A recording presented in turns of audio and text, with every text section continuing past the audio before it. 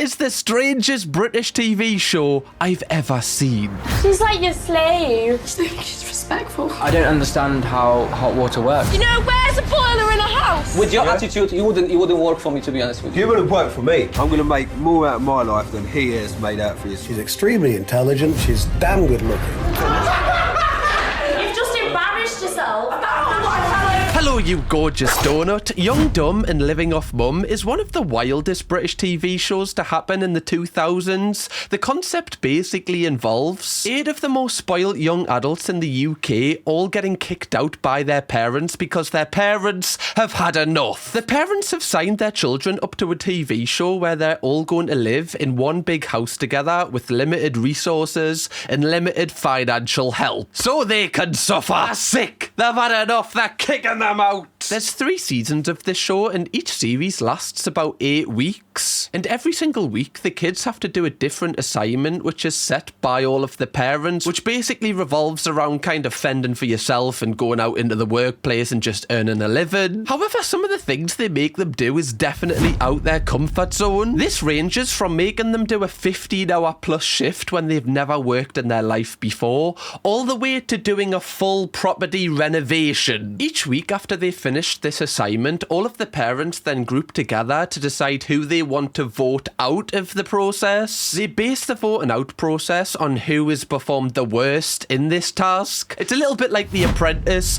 However, straight away, I feel like this concept is kind of knackered because if your parents signed you up to this and you clearly don't want to be in it, surely you're just going to sabotage yourself so you go out in the first week. Like, why would you go out of your way to do really well so you stay in the thing the entire time? Well, I've got the answer. Because the last person left wins a free holiday for themselves and a friend wherever they want to go. So I guess that is a good character dangle to win this thing. Even though every single holiday they've had previously has been paid by their parents, so it's kind of no different. You're just changing the person who's paying for it. Now, when I first started researching this show and I heard about the concept, I thought, like, how bad could these kids really be? And genuinely, they are a bit mental. I can't be strict on anything. My mum's like a doormat. You can literally walk all over it. All right, well, that's a nice way to describe your mother, right? I bet she's buzzing when she watches this back.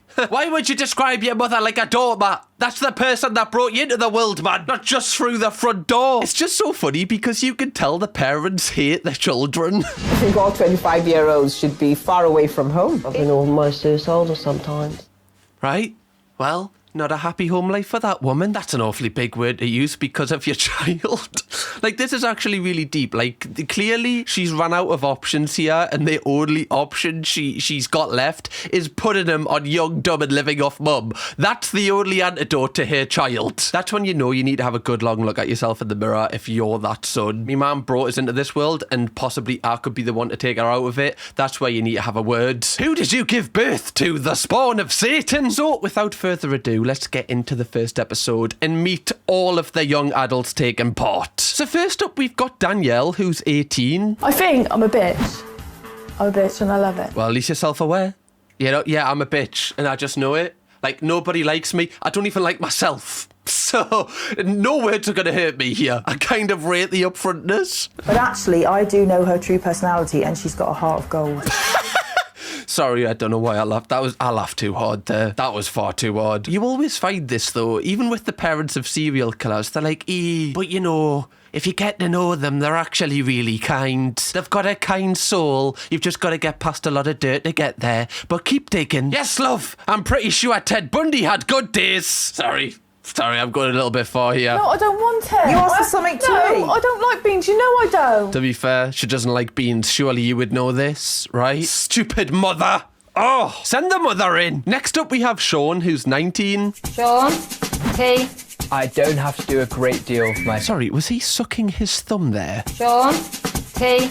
He's literally sucking his thumb. Sorry, like, if I got sent this footage by the producers before it was going out, I'd be like, can you just cut that? Like, that's not essential to the plot. Please, like, in the group chat, I'm going to get ripped apart. Just please, you can have us completely naked. Just don't have us sucking me thumb. Sean, do you want cheese? No, I'm not in the mood for exotic today. Sorry, he's got to be taking the piss there, right? She asked him if he wants cheese, and he went, "Ooh, let's not push the boat out. I'm not being exotic today, Grandma. Put in cheddar on me bread." How continental do you think I am? I can't see myself ever ironing, cooking, and making a drink. I live a very cushy lifestyle. Oh, see, like, it's so hard to be extra harsh on these kids. Obviously, like, 19, you should know right from wrong. But clearly, he's living with his grandma for a reason. Like, I don't know if this, Sean has been through a little bit of stuff in his life, which has kind of, impacted the way he behaves. But he definitely is taking advantage of his grandma there. Next up, we have Jay, who is 25. On an average night out, there's a lot of money being spent. I mean, like, think of a figure and double it. Oh, may this child never find me. Like, may I never have a child like this. If he wants to beat us up, be my guest. My address is... No. I can't believe he's flexing his, mum and dad's money. Yeah, think of a number. Yeah, double it. Actually, just double it. Like, me mum and dad work harder than you think. 25 to be on this show with 18-year-olds. That's a little bit wild. When he needs money, then he remembers mother. My parents are my biggest fan. My parents are my biggest fans. So they should be. But I don't think he means it in, a kind of nice way. I think he means it in I've got a rock band. My mum and dad are literally the only two people in the crowd everywhere we go. Them are roadies, right? Them are ride or die. Hot take, I kind of like Jay. I just feel like he is taking advantage of his mum and dad, but they're not putting their foot down with him. They're just constantly giving him money and fueling this attitude he's got. Next up, we have Rachel, who's 18. I like living at home because my parents give me everything I could ever want. Yes, just go. Just leave the room. Yeah! Seen what's on the back of her hoodie? Jack Wills rock out. Jack Wills rock out. That's not even funny. That's just shit crack. Just fucking... Nah. Stop. Why won't me hands stop? They're stuck now. They're literally stuck. Alright, that's great. Gonna get called Peter Parker from now on. The funniest thing about Rachel's intro is when her dad starts speaking. She's extremely intelligent. She's damn good looking. From my perspective, job done. What a dad. Man of the year right here. She's got my brains. She's got my look. Job done. The rest's up to her. I've given her all the ingredients. It's her time to cook. Just let her cook. Next up, we have Orion, who's 24. Orion is so proud of his flat which his parents finance. The only time he leaves it is to party away his mum's cash. He needs to get a job. That's actually really interesting. And for a lot of rich kids, I feel like this is why they might end up this way, because if you've got money all the time and you don't have to earn money, instantly you don't have the purpose of keeping yourself alive because other people are kind of, doing that for your entire life. So you're going to lack purpose, which means you're basically like these people do. They just go out and party and try and find purpose by drinking or other avenues. I know it's very much champagne problems, but from their perspective, this actually seems like a really sad thing that they don't have a purpose. I know for a lot of people, these people's issues are something you can only dream of, but if they've never experienced your perspective of problems, this is going to be so overwhelming for them. I mean, because I go out partying all the time, it's just a bit difficult to get a job in, really. It's like having a job in itself.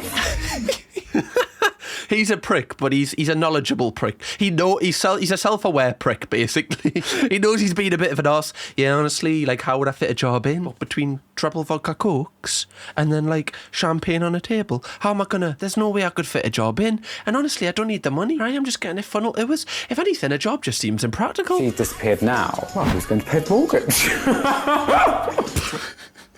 Orion's mum... If Orion, just randomly decides to cook for you after you've just mentioned about getting your will sorted, just watch the sausages. Okay, they might be a little bit dodgy. If money wasn't around, I would be up creek. I mean, he is 24 now, so surely you should start making your own money. It doesn't seem like Orion's dad's in the picture, so I wonder if his mother just loves him so much and just she's clearly got a lot of money. She just kind of wants to make sure he has the best life possible. But unfortunately, along the way, she forgot to make him kind of appreciate money, and this is why obviously he's turned out the way he has. Next up, we have Nikki. Well, I think it's my mum's fault that I'm still living at home because she gives me everything I want. I can't eat beef curry. I can't believe she made me beef curry. She knows I hate beef curry. Oh, what's she like? Tell that one again. Tell it again. Go on. What, she didn't make you beef curry? Once more, what? Sorry, I'm being harsh there. I don't know why. She just mentioned it 3 times. If anything, beef curry sounds quite nice. Actually, to be fair, it doesn't. I'm actually sweating right now. If you could smell me through the camera, you know, you'd think different of us. Good job you can't. Now I can just tell you I smell like Paco Rabanne. I don't. I smell like beyond sweat. 9 to 5, out the window, I don't like it. I work hard at getting the money out of my mum. That's my job. I know loads of people are about to just get their fingers working in the comments right now. Oh, is that what you fucking like? Does you think I like going to work, does she? No one goes to work because they enjoy it. Yeah, I'm pretty sure 99.9% of people that work, Nikki, don't do it because they enjoy it. Like, you're very lucky if you have a job that you enjoy. They do it because they need to, otherwise they will die. Next up, we have Dina, who later on in this episode is going to cause absolute carnage with all of the other kids, so stay tuned for that. I don't want to move out yet because I'd rather spend my money on clothes. She has had dresses that have been getting on for £800 or £900 for me, easy like. What? You buy your daughter £800 and £900 dresses? I mean, that is Dad of the Year, but wow. And she only wears them once. What does she do after? I don't imagine she has a Vinted account. Do they just go back in the wardrobe? It's not really like a father-daughter relationship. He's a crap dad, but a good best friend. I actually feel like he's a really good dad. It seems like, you know, he's a solo parent here. Like, you live with them full time, so he takes care of you full time, and he buys you £800 to £900 dresses. He seems like he actually takes really good care of you. A lot of people would dream to have a dad like this. Last up, we have Doan, who's 20. And finally, heir to a nightclub empire, Doan lives a champagne lifestyle at his parents' expense. Already, I don't want to judge a book by its cover, but you know that this kid reckons. Like, in Newcastle, we say something called reckons, which basically means you think you mint. He reckons. Heir to a nightclub empire. Are you kidding me? Do you know how many bottles of Ciroc vodka that man has had on his Snapchat story?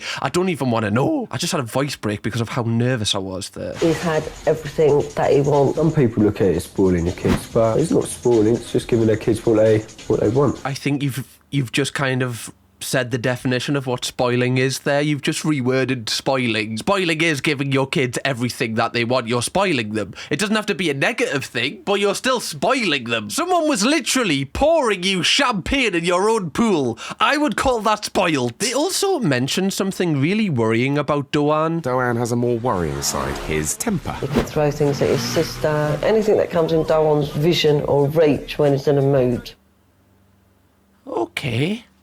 Well, the perfect place for him to go is in a really unstressful house with 7 of her children. Something's not going to go wrong there. Who is he, Bruce Banner? Does he turn green and turn into the Hulk? She's literally throwing a stick at him here. I wonder where he gets it from, love. Sorry, that's a bit harsh. I don't know if it's because he's heir to a nightclub empire that, you know, he spent a lot of time in nightclubs. Obviously, you know, just fights break out in nightclubs. I don't know, like, where he's kind of built this up or if it's from his dad. But this is absolutely wild because he's only 20 years old and the fact he's got this much rage in him, this is worrying. This kid definitely right now follows Andrew Tate on Instagram. Later on in this video, we are going to do an update on where the kids are today, and Doan's is definitely the most interesting, so stay tuned for that. All of the kids then arrive at the house they're going to be staying at, and they all kind of get acquainted with each other. They meet for the first time, and after they're done meeting, they go to the local corner shop to buy some tea with their limited financial budget. No, I thought I was getting the most important things.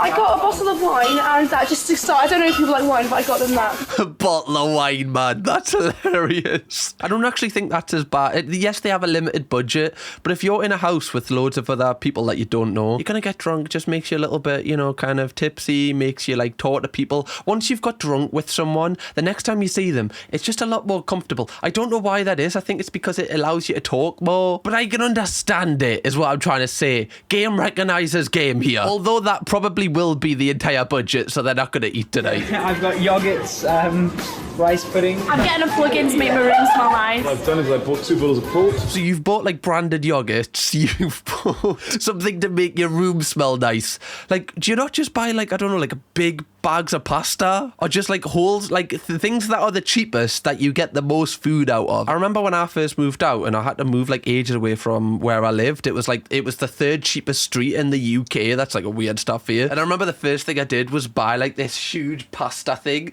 and I used to have pasta for breakfast, for dinner, and for tea. Just plain. That's all I ate. No wonder my skin was terrible. No wonder I developed a skin condition. I feel like I have so many stories from when I first moved out. I remember like I had a good month of working and I bought a PS4, and then 3 weeks later I had to sell the PS4 to pay for that month's rent because I didn't have enough. That was probably one of my saddest moments. It was good while it lasted. Got a PS5 now though, so who's laughing now, right? Still not me. So that's a well-balanced diet of 8 yogurts, 2 bottles of wine, a bottle of vodka, and 2 bottles of port. I mean, their first mistake was going to a Tesco Express, really. Like, that's so expensive. Why don't you just go to, like, the Londis? Or just go to, like, Lidl or Aldi or something like that. Tesco Express? It says on the door when you walk in, we take Clorda, and that's a red flag before you've even set foot in it. How much is the stuff in here? When they return home from the shop, a couple of them already want to give up. It was absolutely horrible, and I'm really tired, and I feel ill now. You've only been to a Tesco Express! To be fair, from her point of view, Tesco Expresses can be very overwhelming, so I'll give her that. Having to go into shop and then buying the cheapest wine and stuff at like £2.50. Oh my god, that's so funny, man. It's the fact he's 24. Are you telling me you've never been to the local park with a bottle of Lambrini?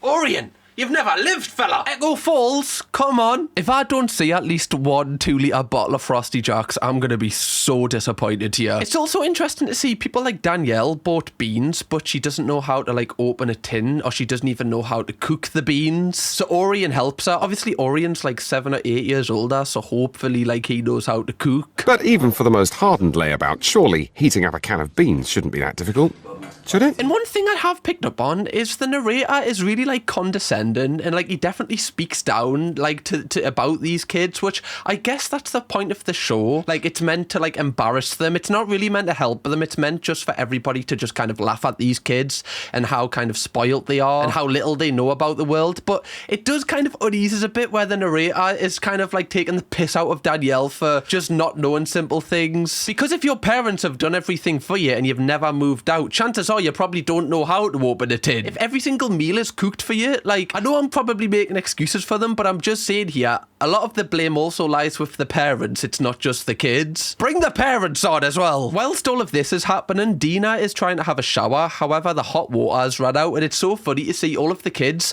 just have no idea why something like this would happen. We've run out of hot water, Sean. How is that possible? I don't even know. Hot water, it lives forever. That's the best quote I've ever heard. How is that possible? Hot water, it lives forever.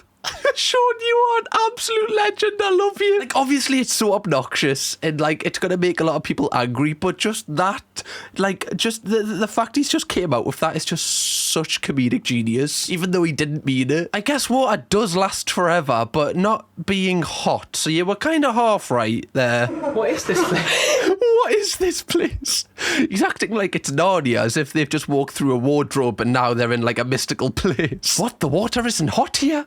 Where are we? I don't understand how hot water works then. Like, what makes it hot? Basically, every single household employs this one person who just like sits next to the boiler and just blows on the water when you turn the hot tap on. Just and all the hot air from that person's breath, like, that's how it kind of, you know, warms up. That's why sometimes you turn the tap on, it takes a couple of minutes. You just need a few breaths to get it going. So that's that answered for anyone that doesn't know. Because none of the kids know how to solve this issue, Sean and Dina take it upon themselves to go out in the street and just kind of shout at the neighbours asking for help. With no mummy or daddy to call on, the kids opt for a somewhat novel approach. Sorry, what? Look at this, man. He looks like the Penguin. Where you going? You going to fight Batman? The way he's walking with the umbrella, that is genuinely so funny. With his little hat on as well. This is the thing I respect about Sean. He doesn't care what anyone else thinks. He's just wearing fashion because he likes it. Do you know where's a boiler in a house? Basically. Where, please? This must be so weird to be one of these neighbours. Like, there's a camera crew following these kids around and they're shouting at you, asking where the boiler is. Surely you're going to be like, feel like this is some sort of prank show, isn't it? I love that they're looking for a house where clever people live, because obviously the normal person wouldn't know this information. Obviously, this information is gatekept. So you wouldn't be able to tell us where the boiler is by any chance? Yeah, it's alright. Right, okay. What a bellend. Just help them. They just want some hot water, wash themselves. We're doing a survey today. Where would you find a boiler?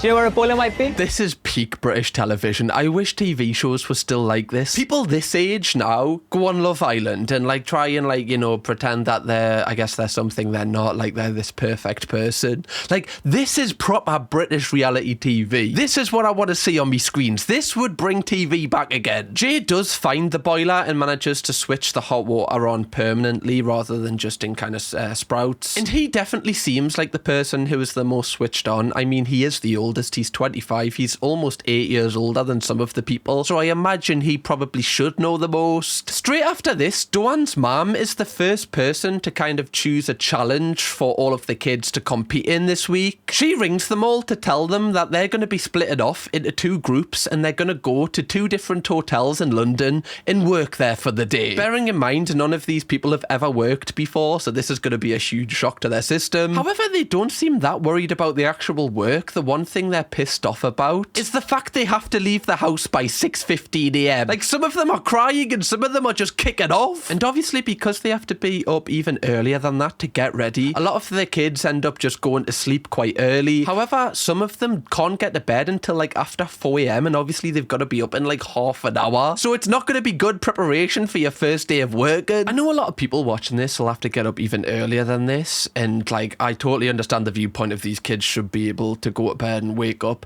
But if you're not in a routine and like you're not used to waking up, I know myself, like if I've got to be up earlier than usual, like I struggle to get to sleep. So I can totally understand why some of them are struggling to get to sleep, because your brain's constantly thinking, oh, I've got to be up. And if they're not used to thinking like that, it's going to be, again, a huge shock to their system. But they are going to be working in hospitality, and if there's one thing about hospitality, you need good sleep before it to deal with the arseholes that are about to come. But again, throughout this segment, it keeps proving to me that this show is not set up to actually help these kids. It's not actually bothered if these kids, like, after the show go into the workforce and actually fend for themselves. It's just to laugh at them because, again, the narrator is just so condescending every single time he talks about them. These chambermaids in waiting finally nod off at 4:30. Interesting preparation for your first ever day of working. Got them there. Interesting preparation. 1-0 to the narrator there. Well done, Squire. I imagine it's not his fault. He's probably been told to kind of talk this way about them. And I know I'm probably being like overly sensitive there. Like, I'm not like obviously offended or anything by it. But what I'm trying to say is the purpose of the show isn't to actually help these kids. All of the kids then wake up for their first day of work, and it's important to note that the parents are going to be watching every single thing they do during this work day. It's all going to be recorded and they're going to watch it, which later on they're going to make the decision on who performed the worst, so stay tuned for that. And once both groups arrive at the hotels they're going to be working at, the hotel manager is already pissed off at Danielle because she's having issues with her hair, which is stopping her from starting working. We're running out of time, sorry. This is the hotel, we're working here. Yeah, We're coming. I'll just get a hat on. I'll be back in 5 minutes. Sorry, how am I meant to go and work with customers when me hair won't fit under the hat? If you're a manager, surely you'd know that, right? Riddle us that one. Just quickly, Donuts, if you haven't already, please do consider pressing the subscribe button. Imagine having plenty of videos like this to just watch when you're not doing anything or you just need something to stick on the telly. Do it, and then you've got it. It's free. Once the kids actually start working, Nikki is really struggling because she's surviving on 30 minutes sleep. Number on there. Table 3.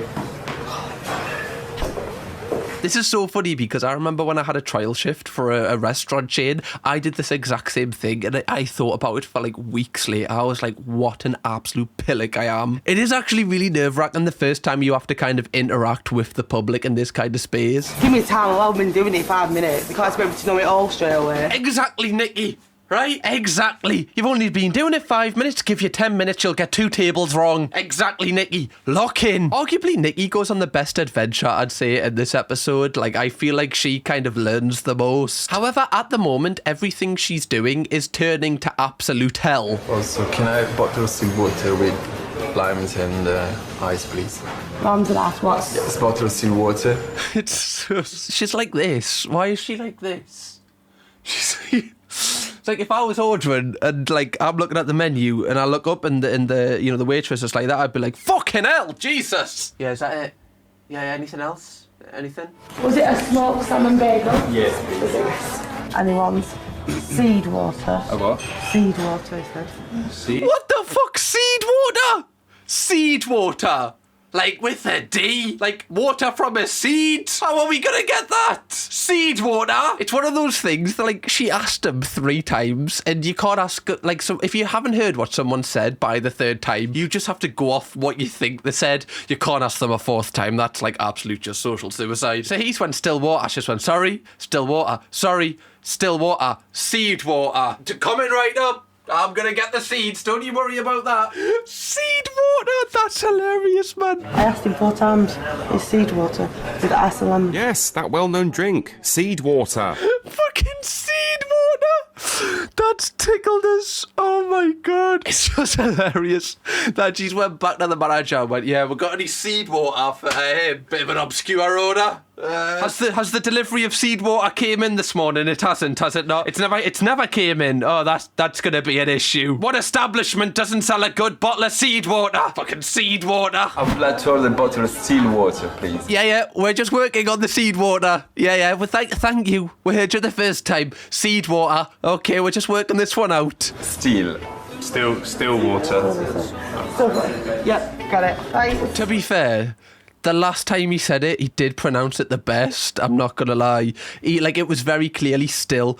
I thought he said something like seaweed water or seed. So, you know, obviously we're dealing with like external microphones here. Nicky's heard it from his mouth. No real excuse for her. Fucking seed water. I do feel really bad for Nicky because she ends up like breaking down in tears because of how stressed she is. Like, obviously working in hospitality, even if you're like seasoned and experienced, is still stressful. But for someone to do this as their first day and be kind of chucked in the deep end, I guess it's not really the deep end because it's only serving one customer, but to her it's the deep end. She's gonna feel really stressed. But you've just got to get past this stage. And I know some people will be watching her, like, not feeling sorry for her, but one thing I will say about Nikki compared to some of the other people, she's really giving it 100% and she's actually trying to push herself out her comfort zone, whereas some of them aren't even trying and are just pissing about. But no matter how hard Nikki tries, it just keeps on getting worse. This is why I don't work. Because look at the state of me. I can't concentrate or anything. I see the state of us, right? I've got to leave this for someone else to do. I can't do this. Why would anyone want to do this when you can just get money off your mum? Like, I'm weighing them both up. It just seems like there's no point of doing this. I actually get less money doing this than I get off my mum. So why would I want to do it? Someone who is not giving it 100% is Sean. Like, he's only been working for 5 minutes and he's already having a coffee break. I'm shattered. I'm so tired. You know, I'm finding my way around the kitchen. I tell you what, I don't know about you. I'm shattered though. I've earned this. What have you done, Sean? Oh, you know, I just put the cutlery away. But I've earned this though. They were very heavy. Them cutlery, you know, very heavy. Must be stainless steel, I think. Now, if the kids thought that this was difficult, the next stage is even worse for them, as they have to clean the rooms of the people that are staying at this hotel. And some of the things they find are disgusting, and it's so funny to see their reaction to it. The stain's still on the toilet. There's no toilet brush. No. Just put your toilet cleaner down and leave it. It's alright, love, just piss on them like everyone else does. No, that's up there for one of the worst things I've ever said. It's true, though. As I'm like, if you have something dangling between your legs and it's there, right, and you've got like a spare couple of minutes and you need to go, you're just like, well, I'm here. I'm here, killing 2 birds with 1 stone, emptying and getting too into this. But you know what I'm trying to say? It's a thing, right? If you're not somebody that possesses a willy, ask someone that does if they've ever done that. I guarantee they will tell you they have.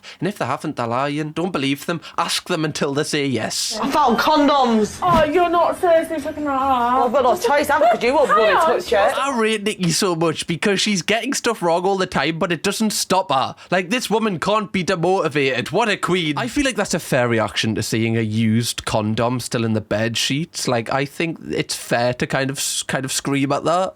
Also, like, the people that left that in there, they're the ones to blame here. That's disgusting. Like, what, you take it off and then you just kind of leave it? Like, surely that's one of the first things you kind of eradicate, right? Don't just, you slept with it in there?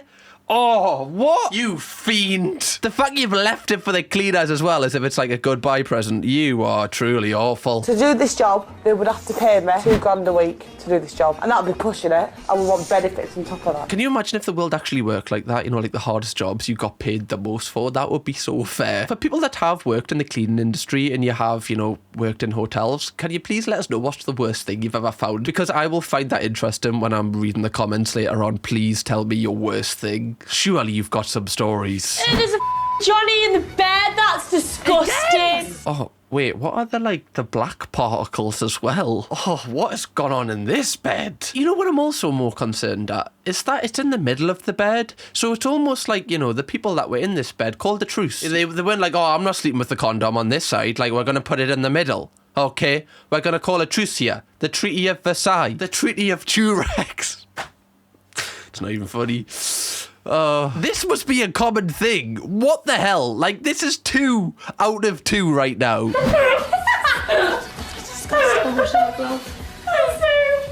Yeah, it's funny because you're not the one who had to pick it up, Dina, right? It's only funny for you. No one else is laughing right now. One thing about Dina that I don't like is she very much, like, talks down to people and, like, it's almost like she thinks she's better than them. How many beds to make a day?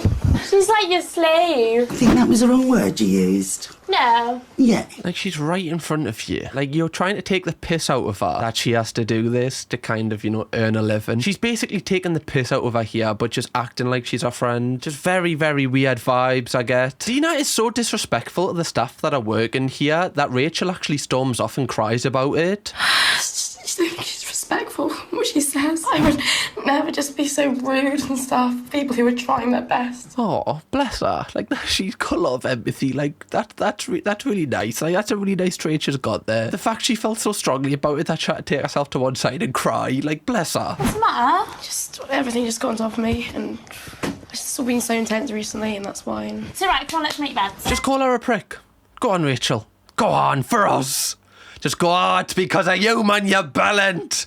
Please. Now, so far, all of the kids are struggling working here. The only person that actually is getting something remotely positive out of this experience is Nikki, as her perspective on things is starting to change. I didn't think jobs would be this difficult. I thought it was like a 9 to 5, go in, that was it. I didn't know how good you have to be at your job to keep your job. And that's an invaluable experience that she's picked up there, because now she'll actually appreciate that her mum is able to provide for her because she knows what it takes to be able to provide for her. Before, she's just like, oh yeah, my mum kind of just like makes money on trees, like that's how it works, right? Now she understands how much work a mum has to put in to like keep her alive as well. This is what our mother would have wanted, sending her here. Like, I remember when I was about 6 years old, my mum used to pick us up from school and she would take us to do the rest of our shift with her. Like, she worked in a sunbed shop behind the till and I'd like sit there for like 4 hours just watching her like deal with customers, and I remember being like thinking it was such like an amazing thing that this is how my mum like pays for our flat. It's just weird that a kid would think like that. Obviously, you know, Nikki's a lot older, but still like the same lessons are there. The hotel manager then goes around all the rooms like inspecting how well the kids have done cleaning them up,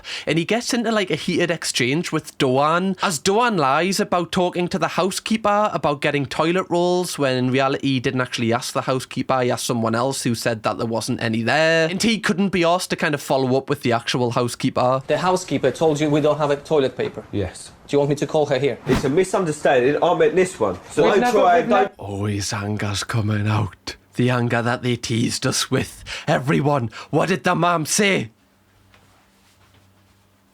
Get behind cover now! To be fair, I do feel like it probably is a misunderstanding a little bit. Like, he obviously might not know who the housekeeper is. Like, a lot of information might have been told to him. He's just forgotten. He's asked someone it was the wrong person. But you can't speak to your boss like this. Like, as much as you want to, like, in the real world, he'd probably lose his job if he continues being angry at his boss like this. Don't shout at me, you're my employee. You don't raise a voice on me. Well, don't raise your voice on me, mate. I feel like he's talking to his manager how everybody wants to talk to their managers. But you just can't speak this way, unfortunately. Just how it is. With your attitude, you wouldn't work for me, to be honest with you. You wouldn't work for me.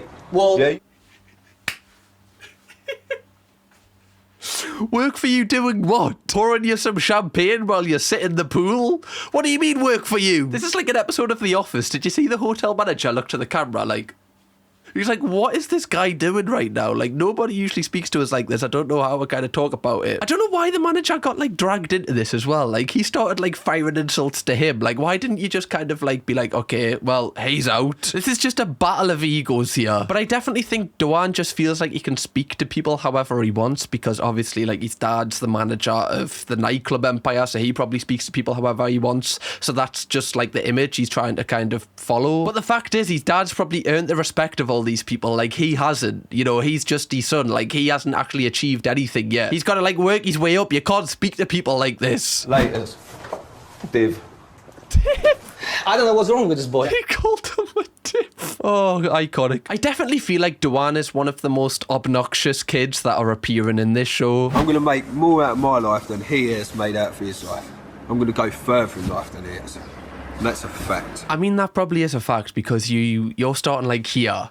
Like, we don't know where this hotel manager, he might have like, you know, came from poverty and like rose to being a hotel manager, which is like a huge like achievement. You're already starting at the top, so you're kind of already richer than him when he's at his richest. So I don't really think it's fair to like compare you both. But I definitely feel like Dewan is having that experience of just hating your manager and just wanting to just kind of, you know, just I feel like a lot of people are going through that right now. Both of the groups then are preparing for the nighttime service at the hotel. And Danielle is freaking out because she's not confident enough to serve any of the customers. Bring the bread baskets and say, whilst you're looking through it, or just say, would you like any still sparkling water? Sorry, that's not correct, Orion. You've got to ask, do you want any still, sparkling or seed water? Because, you know, obviously, we just had a fresh delivery of seed water because one person ordered it. So just try and sell some seed water bottles if you can as well. Not to stress you out even more. Upsell it, all right? Upsell the seed water. That's the motto of tonight. In an attempt to help Danielle kind of, you know, increase her confidence with serving customers, both Orion and the restaurant manager kind of set up like a role play thing where she has to serve them as if they're the customers. I would like the homemade Scotch egg. Do I write like home? Put Scotch egg down. Right, pardon? How is that, the Scotch egg? I feel like this would be me. How's the Scotch egg? I don't fucking know, mate. I've never tried it. You know, that's my honest opinion. I know I meant to say it's really nice, but you've asked us, and honestly, I don't really know. Not really. I wouldn't pick it, if that's what you're asking. Make of that what you will. I would like the lamb cutlets. Oh my god. Lamb? Cutlets, please. Sorry, if I ordered something and the waitress straight after went, oh my god, I'd be like, wait, sorry, should I know something? Are the lambs okay? Well, they're probably dead, hopefully, unless you're like, you know, doing it live, which would be very traumatic. Is that why you said, oh my god? What's going on here? Please, I need more clarity. I know what you like. I'll have the soup of the day, but actually, can you tell me what that is? And what... I start laughing with you. Danielle was definitely one of those people, like, in drama, you know, when you've got to do a school play, they're just laughing the entire time, and the rest of the class is, like, just waiting for this to end. The guests then start to arrive, and Danielle has to serve a table straight away. I'm going to be difficult. Have you got any fresh fruit? No. That's not what we want. The first person she serves, they go, I'm going to be difficult here. Oh, you love? Oh, yeah. That's nice of you. Oh, I love it when people are difficult. I love it when people order something that's not on the menu. Honestly, it's my favourite thing. That's why I come to work. I love it. Taking an off-menu order without consulting the chef is a risky move. This is what they want for their desserts, but they want fresh fruit as well. Is that alright? I don't even need to, like, see the chef's reaction here. I know what the reaction is. Like, straight away, someone's ordered something off the menu that they don't have. It's not going to go down well. Although, Danielle did do the right thing. She asked the restaurant manager if it was okay, and he nodded. She's never worked in the industry before. I feel like she coped with it well. In future, she'll know to ask the chef. I feel like she did well here. It's not her fault. Ask me. Come in. I'm the one that's sending the food. Oh, I'm so sorry about that. Oh, shut up, man, you dick. She didn't know. She's clearly sorry. It's her first time, like, you know, taking orders. She checked. He said it was fine. I know chefs watching are going to be like, yeah, but like I'm the one serving. And I totally understand that. I get your frustration. But it's not her fault here, in my opinion. Like, this is her first fucking hour doing it. I realise being a chef is one of the most stressful jobs, but they could have been a bit nicer to her here. To be fair, this is actually probably quite nice for a chef when they're in work mode. So maybe I just need to eat me words here. Oh Chef isn't happy. I know that the restaurant manager is going to get a bollocking from the head chef, like, when the cameras go away. Oh, he's made me so angry. I just want to pour soup all over his head. I never get upset about anything, I just get mad. I feel like everyone that has worked, like, in this industry will have a similar experience to this, like, where you just, like, you've been talked to like absolute shite and you just kind of want to punch them in the face, but you know you can't because you're going to lose your job. Yes, she might be being dramatic because she's having a bit of a tantrum, but the first time this happens to you, it's going to be really overwhelming. Because if you've never worked before and someone said this to you in the real world, you'd be like, oh, don't fucking speak to me like that, right? My dad's harder than your dad. Now, although everything kind of went wrong during this service, like 2 tables walked out, both of the hotel managers say they're actually really proud of the kids and how much effort they've put in, which the contest was never like how good are you going to be at this job. It was basically like how will you cope under pressure. That's basically what the mums and dads are going to be judging here, and if they quit or not. One thing I didn't realise though is the kids have done a 15-hour shift, which for your first shift is pretty wild, especially in hospitality. Like, that's a big beefy boy of a shift, especially when a couple of them are running on like less than 30 minutes sleep. Like, that is pretty wild for your first ever shift in an industry you've never worked in before. All of the kids then return back to the house. However, Nikki and Rachel are actually going to the local pub for a couple of pints, which I respect heavily, by the way, because Nikki is one of those people that is surviving on less than 30 minutes sleep. She's been up for like 36 hours at this point apparently, but she's still got time to put away some pints. That right there is something the parents can be proud of. Whilst they're in the pub, Nikki and Rachel are starting to kind of talk negatively about a lot of people in the house. They're starting to kind of talk behind their backs, and this is like the first time we're seeing kind of conflict between the actual kids rather than just like at what they're doing. I just want to have a laugh, and they're being so like, oh, mate. To be fair, I do hate it when people are, that's actually my worst type of person. I totally get where you're coming from here, Rachel, honestly. If I was there, I wouldn't be going, Not me, love. And clearly one of the people they were talking about was Dina, because when they get home, they end up having a full-blown row with her. I would come, but you didn't even invite me. You're making such a serious out of nothing. Seriously, grow up.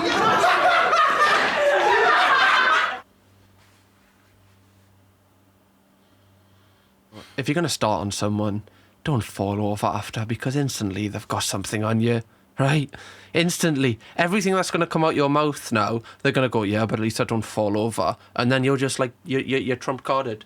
Right? They've Uno reversed everything, every good thing you're about to say. Yeah, but at least I don't fall over. They should use that in elections, man. Right? Just trip someone up. Yeah, at least I don't fall over. Oh, there we go. Now I'm the president. You've just embarrassed yourself. I don't know what I fell over. Everyone gets drunk. Everyone falls over.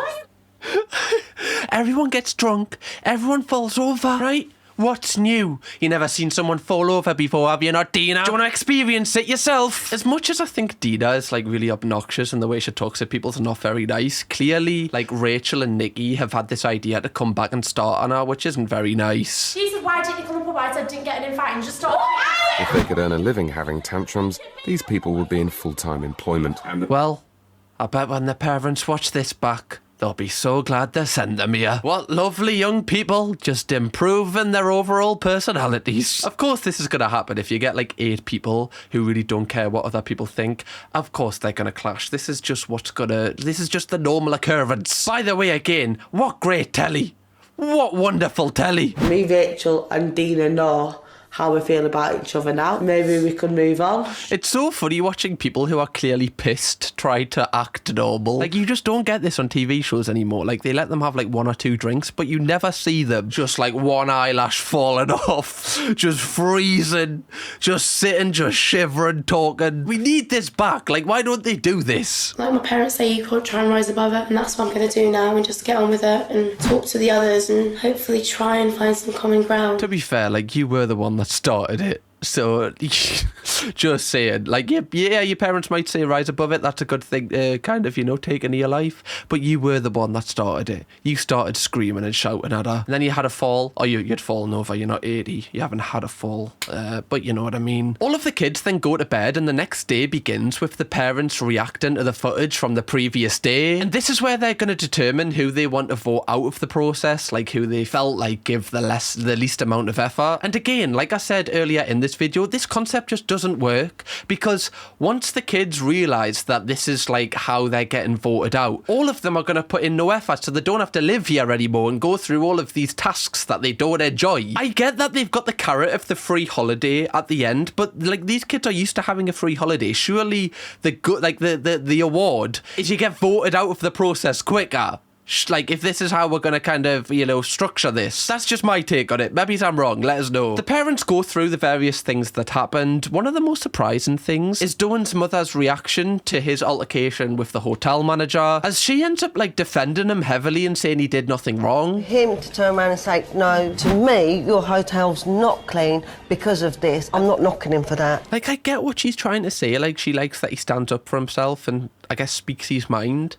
But then he's never going to be able to get a job and work for someone, because if he always talks to his manager like that, no manager's going to take that. You know, like, how is he going to get employed unless, like, you know, they're just trying to kind of like rise him to be the manager of this nightclub empire. I just think it's interesting to pick up on that she defended him, because she clearly does this all the time in his life, and that's probably the reason why he doesn't talk to people with respect, because he never gets told off for it. He actually gets the opposite. He gets praised. So why would he stop? The parents then decide who they want to vote out, but before they tell us, they actually travel to the house and tell the kids firsthand. They actually end up voting Orion out, which I was really surprised at, but apparently the reasoning behind it is because he's the most independent one, and he's the one who needs the process the least, which kind of defeats the whole concept of the show. Like, that's true, he's 24, he should be a lot more mature, like he probably is the most independent, but I thought that we're voting people out on who gave the least amount of effort. So now the concept of the show's just knackered in week 1. The narrator actually does pick up on this, and clearly the producers are trying to tell us that this won't happen again. Although the parents have opted to vote out the most capable person this week, from now on they'll have to stick to the rules and only keep the people who have worked hard and behaved like adults. So there's no rules to this show, basically. The rules can be bent as the parents see fit. Like, this show is really entertaining, and I actually really rate it, but it's not because of the concept, it's because of the people they've casted in it. The concept is absolutely shocking. Like, imagine in X Factor, the first week of the live shows, they just vote out the best singer because they think that they'll do well besides the show. Like, they don't need the show to be successful, like they're too good a singer for it. It just makes no sense. Like, it just defeats the concept. But every single week from then, we're going to try and find the best one. Like, make it make sense, you know? A lot of the other parents, especially Nikki's mum, is, like, really happy with that, because obviously she went on such a great kind of character arc in this. Like, she started really struggling, and then she actually started just kind of grabbing the bull by its horns and just taking part and just kind of really improving and having a better overall perspective. She definitely has gained the most from what we've seen. The first week actually ends after this, and the show goes on for another 7 episodes, another 7 weeks, and they take part in a lot more challenges that the parents set them. In the second week, they have to make their own fashion show. The third week, they work on a farm. In the fourth week, they have to kind of like sell cheap tat at a market stall, which is a pretty interesting concept. I quite like that one. In episode 5, they have to take charge of 2 classes of 9-year-olds. And then in the final week, they have to take over like a full flat renovation project. So they're trying to cover like all bases here within the workforce, I guess. I don't know if they're trying to help the kids decide what they'd actually like to do, or if they're just putting them in the most stressful things possible just for content. I think it's the latter. And the person that actually won Young, Dumb and Living Off Mum was Danielle, which I was actually really surprised at. She showed the most growth in the entire thing, and she really ended up being like a really good character in the whole series. I say character, it's an actual person. I'm talking as if she's like an actress there. Like, she couldn't even speak to customers in the first episode, and then she like really improved overall and really got a lot out of the process. After appearing on the show, she went on to do like a lot of interviews and articles with different various media outlets, and both her and her mum were actually really happy that she took part in the process, and apparently it's made that overall home life a lot happier, which I guess makes this show a success. One person that didn't have a good update after the show is Doan. He was actually jailed for allegedly defending his dad outside of a nightclub when he thought his dad was under attack, and he retaliated. Logan Perry, 22, was said to have overreacted when he came to the aid of his father, who was attacked. Apparently, like, he armed himself with a metal bar and ran at him, so I don't know what the kind of, like, what actually happened here. I'm just reading off the article, but obviously it's just not a nice thing that this is what's happened to him. And this is only like 2 or 3 years after he actually appeared on the show, so hopefully he's doing okay today, and hopefully everyone is doing okay. I tried to find something out about everyone in this series, but I couldn't find much. If anyone else has more information about the people, please feel free to comment it down below. However, I didn't want to dig too much, just I don't really like it if people are kind of having an offline life. But anyway, donuts, I hope you enjoyed this video. I really enjoyed it, and I've heard that season 3 is actually meant to be like the most mental of this, so if you would like me to do a full season 3 breakdown of Young, Dumb and Living Off Mum, 5,000 likes on this video and I will get that sorted for you, because I know a lot of people like them videos. Anyway, if you want to see me react to an even wilder British TV show, click this one here because I've got you sorted. Go on a binge watch. See you in the next one, donuts.